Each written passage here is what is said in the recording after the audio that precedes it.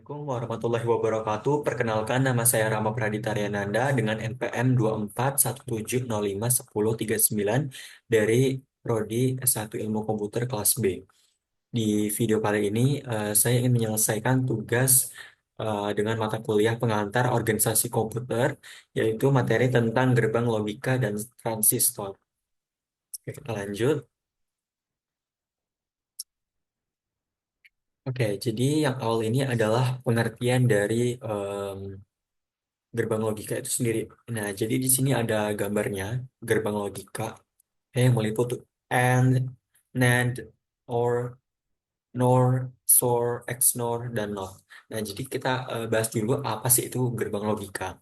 Jadi gerbang logika merupakan dasar dari sistem digital yang digunakan dalam perancangan komputer dan perangkat elektronik lainnya.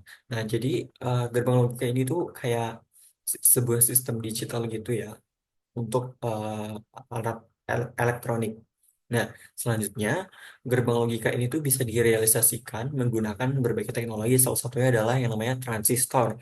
Nah, jadi transistor ini tuh dia mempunyai peran sebagai apa ya, saklar elektronik yang mengontrol aliran listrik berdasarkan logika boolean. Nah, ini dia kita akan membahas tentang logika boolean. Tapi ini kita ngebahasnya tentang gerbang logika dengan transistornya gitu. Nah, selanjutnya kita langsung ke jenis-jenis gerbang logika. Nah, di sini ada 7 ya tadi gerbang logika.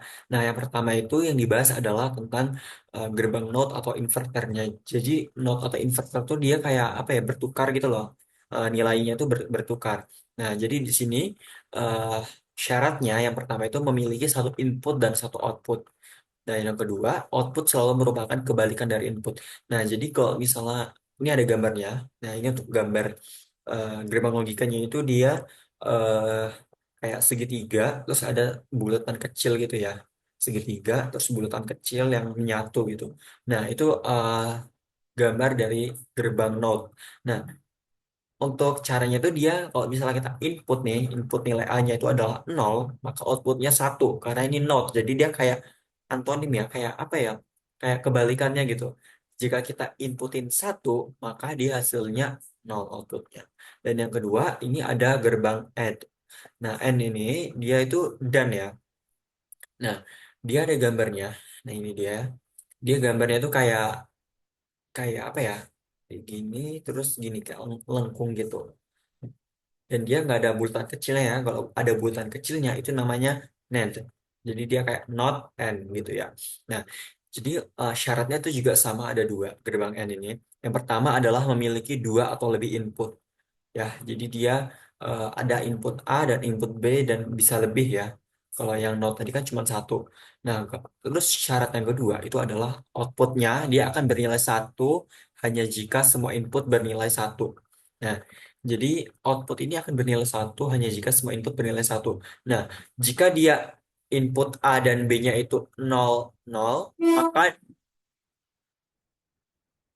maka outputnya itu dia bakal nol. Sama juga misalnya input A-nya itu satu, input B-nya itu nol, maka outputnya nol.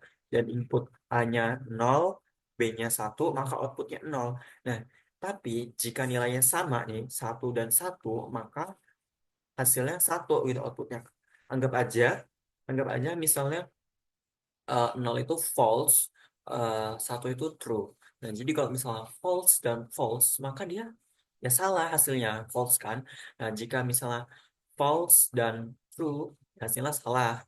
Dan misalnya true dan false, hasilnya juga salah. Tapi jika true dan true, hasilnya true gitu. Nah, selanjutnya yang ketiga ada gerbang OR. Nah, OR ini tuh dia lawannya dari dan yaitu atau. Or ini sama aja kayak atau gitu ya. Nah, jadi untuk gambarnya itu dia kayak kayak ikan gitu ya, gini terus gini. Nah, untuk gerbang OR ini dia itu memiliki dua atau lebih input sama kayak tadi yang AND. Terus outputnya dia akan bernilai satu jika salah satu atau lebih input bernilai satu. Nah, contohnya kayak gini. Misalnya kita input A-nya itu nol, B-nya nol, outputnya nol. Anggap aja kayak false atau false, ya hasilnya false gitu. Karena kita nggak bisa eh, benarin keduanya gitu. Jika input A-nya itu true, B-nya false, maka hasilnya true. Jadi kan ini bisa milih nih antara dua ini. Atau kan kayak milih. Jadi true dan true atau false, dia hasilnya true. Ya, terus ada nol atau true juga sama hasilnya true dan true atau true, ini hasilnya true gitu. Nah, yang NAND dan ini sama kayak tadi ya. Ini sama aja gambarnya cuma ditambahin buletan ini. Buletan ini menggambarkan node gitu ya. Nah, jadi dia apa ya kebalikannya ya. Kalau misalnya dia inputnya nol dan nol maka hasilnya satu gitu. Jadi dia kayak kebalikannya. Misalnya kayak false dan false. False dan false ini kan eh, false. False ini kan kalau misalnya di apa namanya di note kan dia jadinya true kan berarti kayak A-nya jadi true B-nya jadi true karena kan dari nol ke satu gitu. Nah, satu dan satu satu, nah dan itu juga berubah jadi atau karena not and itu tuh jadinya jadi or gitu. Jadi true dan true true true habis itu false atau true hasilnya true. Terus ini yang bawahnya juga true, intinya gitu ya, kebalikannya aja. Nah, kalau misalnya satu inputnya satu ini kan true, tapi karena dia node ini ya NAND jadinya dia false. False atau false hasilnya false itu. Nah, syaratnya kombinasi dari gerbang AND diikuti oleh node.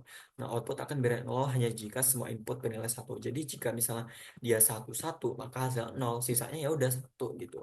Nah, kalau yang ini kan jika dia uh, bernilai satu semua maka hasilnya satu gitu. Intinya kebalikannya aja. Nah, yang NOR juga sama, dia logonya kayak ikan, ikan terus ada bulatan, ya ini berarti artinya kayak not atau gitu ya, bukan bukan atau. Jadi dia ada syaratnya yaitu kombinasi dari gerbang OR diikuti oleh not, dan output ini akan bernilai satu hanya jika semua inputnya nol. Nah, jika misal nol dan 0 atau nol dia hasilnya satu, sisanya ya udah nol gitu. Nah, kalau yang OR ini kan eh, misalnya nol sama nol hasilnya nol. Nah, kalau yang NOR itu nol sama nol hasilnya satu. Nah, selanjutnya ada sort. Nah, sort ini dia itu tandanya itu kayak buletan, terus kayak plus gitu. Nah, dia uh, sort ini Wait, store ini dia gambarnya kayak ikan, ikan dari yang or ini, terus ada kayak garisan di belakangnya tuh, lengkung. Nah, dia syaratnya nih ya, output bernilai satu jika jumlah satu dalam input adalah ganjil. Nah, jadi kalau misalnya dia kembar, angkanya kembar 0011 dia hasilnya nol gitu. Tapi kalau angkanya berlawanan, misal 1001 hasilnya satu gitu. Intinya diganti-gantiin ini aja ya. Nah, sama juga kayak XNOR atau eh, ya XNOR. Wait, salah. SNOR ya maksudnya ya. SOR. Oke. Dia sama aja kayak berlawanan juga kalau misal angkanya kembar dia bernilai satu, jika berlawanan angkanya nol gitu. Oke. Oke, selanjutnya kita bakal bahas transistor sebagai realisasi gerbang logika. Nah, ini gambar yang sebelah kiri ini adalah BJT ya, bipolar junction transistor. Dan yang sebelah kanan ini adalah MOSFET atau metal oxide semiconductor field effect transistor. Nah, jadi di sini tuh transistor ini adalah komponen semikonduktor yang dapat bertindak sebagai saklar atau penguat sinyal dalam sirkuit elektronik. Dan terdapat dua jenis utama nih transistor yaitu tadi BJT ya, dia menggunakan arus untuk mengontrol saklar dan ada MOSFET. Nah, MOSFET ini dia menggunakan tegangan untuk mengontrol saklar. Nah, ini ada gambarnya ya. Kalau yang BJT ini sebelah kiri yang atasnya kolektor, base dan emitter, dan kalau MOSFET dia yang kanan yang drain, gate dan sources. Oke, lanjut. Nah, selanjutnya adalah kita akan membahas tentang cara transistor membangun gerbang logika. Nah, oke, sekarang kita ke gerbang OR menggunakan transistor. Jadi dia syaratnya adalah dua transistor yang dihubungkan secara paralel. Dan yang kedua adalah output ini dia tuh akan tinggi jika salah satu transistornya itu aktif gitu. Nah, kalau yang N itu dihubungkan secara seri ya. Ingatin aja kalau misal OR dia paralel, kalau AND itu dia seri. dan outputnya hanya tinggi jika kedua transistor dalam keadaan aktif ya. Oke, hanya tinggi akan tinggi jika kedua sama-sama. Nah, kalau OR dia salah satu aja nih transistor yang aktif dia bakal tinggi. Tapi kalau kalau misalnya AND dia dua-duanya gitu akan tinggi. Nah, kalau yang NOT menggunakan transistor ini akan menggunakan satu transistor yang bekerja sebagai inverter atau kayak pertukaran gitu. Yang kedua, jika inputnya tinggi, transistor aktif dan output menjadi rendah. Jika inputnya rendah, nilainya rendah ya, dan dia transistor akan mati, tapi outputnya akan menjadi tinggi gitu. Nah, selanjutnya ada implementasi gerbang logika. Nah, jadi gerbang logika ini tuh kayak digunakan untuk membangun komponen dalam arsitektur komputer gitu. Nah, seperti kayak ALU, kemarin sudah dijelasin di video yang sebelumnya, yang tentang evolusi itu disinggung dikit ya maksudnya. Lalu atau arithmetic logic unit yang melakukan operasi aritmatika dan logika. Dan terus ada register. Register ini yang digunakan untuk menyimpan data sementara. Dan ada multiplexer dan demultiplexer yang mengeluarkan data dari dan berbagai jalur. Tadi ada flip-flop dan latch yang digunakan untuk membangun memori dan penyimpanan data.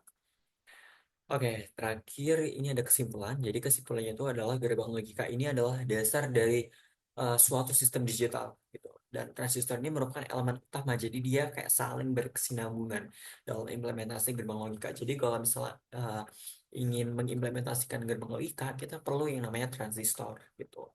Nah, dengan memahami hubungan antara gerbang logika dan transistor ini itu kita bisa memahami bagaimana praktik digital dan komputer itu bekerja gitu. Oke, mungkin cukup sekian dari saya. Jika terdapat kesalahan dalam penyampaian, saya mohon maaf. Saya akhiri. Wassalamualaikum warahmatullahi wabarakatuh.